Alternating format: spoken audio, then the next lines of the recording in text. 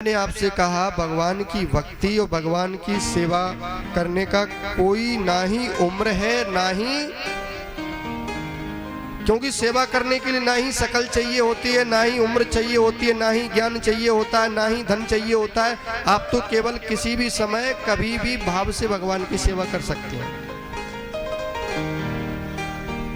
और मैं तो आप सबसे यही कहूंगा, कहीं भी सत्संग हो, कहीं भी कथा हो, तो आप अकेले ना आकर अपने बच्चों को भी उसमें लेकर आए, क्योंकि जब आपका बच्चा थोड़ा सत्संग करेगा तो उसके मन में भगवान के प्रति प्रेम बढ़ेगा।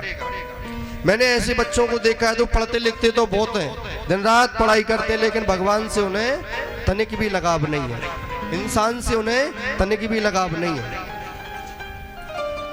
इसका कारण केवल एक है कि इनको बचपन से सत्संग नहीं सुनाया गया।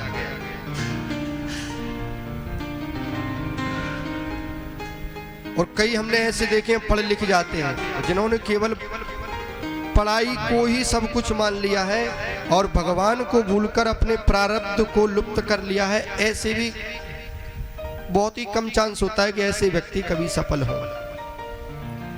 मैंने आपसे उस दिन भी कहा था, मेहनत जरूरी है, मेहनत के साथ साथ जो मेहनत का फल देता है उसको भी पूजना जरूरी है। अरे जिसने हमको जन्म दिया, हम उसको ही भूलकर अपने अन्य कार्यों में लग जाएं तो आपको लगता है कि आप सफल हो सकते हैं। कई पढ़े लिखे देखिए गोबर डाल रहे हैं, गौशालाओं में सेवा कर रहे हैं, नहीं लग पाई नौकरी।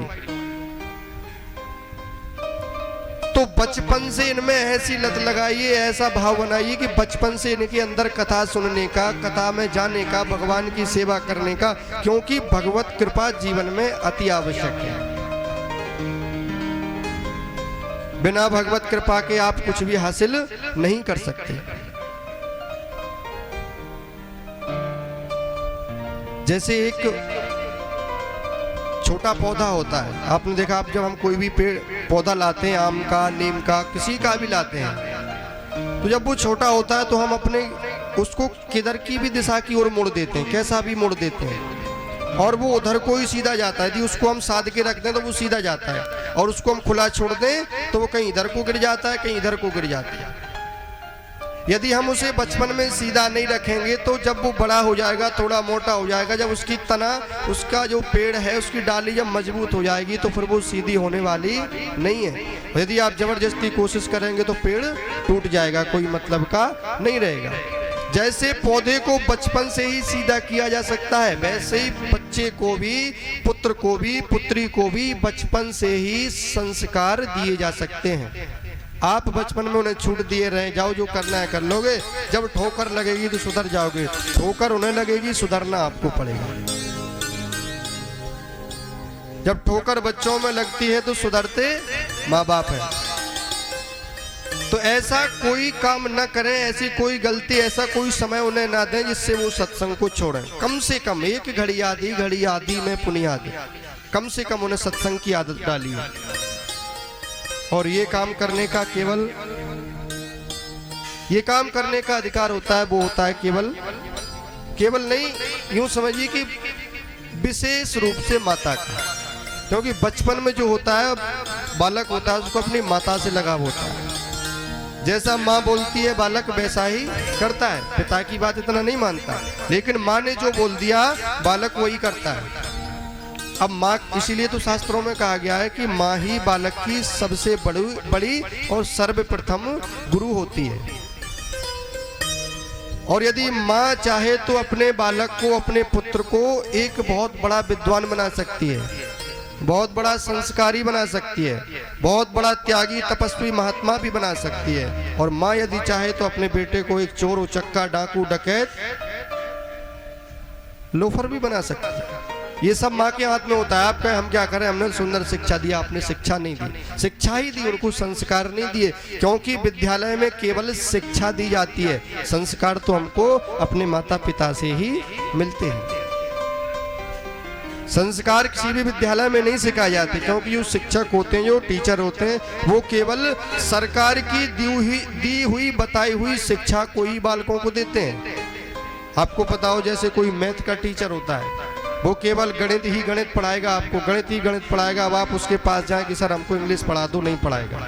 आती भी होगी फिर भी नहीं पढ़ाएगा, साफ मना कर देगा। और इंग्लिश का टीचर आपको मैथ नहीं पढ़ाएगा, क्योंकि उनको सरकार उसी सब्जेक्ट का उसी 1 घंटे का पैसा दे रही है। तो टीचर केवल हमको शिक्षा देते हैं, संस्कार वो नहीं दे सकते। संस्कार के टीचर हैं वो हैं हमारे माता पिता। इसीलिए आपसे यही निवेदन करूंगा, यही प्रार्थना करूंगा कि अपने बच्चों को संस्कार अपने घर से ही दें और बचपन से दें। बचपन में यदि आपका बालक जैसा बन गया, बुढ़ापे तक वैसे ही चलेगा।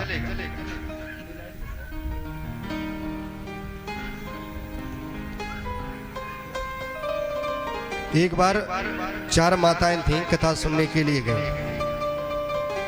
माताएं तो बहुत बैठी थी, लेकिन क्या होता है कहीं भी किसी भी अनजान जगह 4-5 माताएं जब मिल जाएं तो रिश्तेदारी बहुत जल्दी बना लेती हैं। देखा होगा, भले परिचित ना हो फिर भी जान परिचित निकाल ही लेंगी। आप कहाँ से, हम वहां से। अच्छा हमारे नंदेऊ वहाँ के हैं, हमारे नंदोई वहाँ के हैं, हमारे ससुर की ससुराल वहाँ पे, यानी कि कैसे भी ना कैसे करके बातन को बहानों वे बना लेंगे। तो 4 बहनें आपस में बैठी थी, बातें कर रही थी। तुम्हारा जुज्जी नाम का है, कहाँ से आई हो? अच्छा तुम्हारे वो क्या करें? ऐसी बातें चल रही। तो एक ने पूछा, अच्छा तुम्हारा नाम क्या है? कि हमारा नाम फलाना फलाना। अच्छा कितने बेटे हैं? हमारे 4 बेटे हैं। करते क्या है? कि एक गौशाला में सेवा करता है, एक आश्रम में संतों की सेवा करता है, एक भागवत करता है और एक विदेश में जाकर नौकरी करता है। और 3 बेटे थी, उनको भी अच्छा लगा। दूसरी से पूछा, तुम्हारे बालक क्या करते हैं? दूसरी माता ने जवाब दिया, हमारा भी एक विदेश में डॉक्टर है और एक इसी देश में डॉक्टर है। अब तीसरी माता चुपचाप बैठी थी, उससे दोनों ने पूछा, बहन तुम चुप क्यों हो? तुम्हारे पुत्र क्या करते हैं? तो बड़े ही मुस्कुराते हुए उसने कहा, 2 पुत्र तो हमारे जेल में हैं और 2 हमारे फरार हैं। तो ऐसी परिस्थिति आपकी ना बन पाए। जितना हो सके उनको संस्कार दीजिए।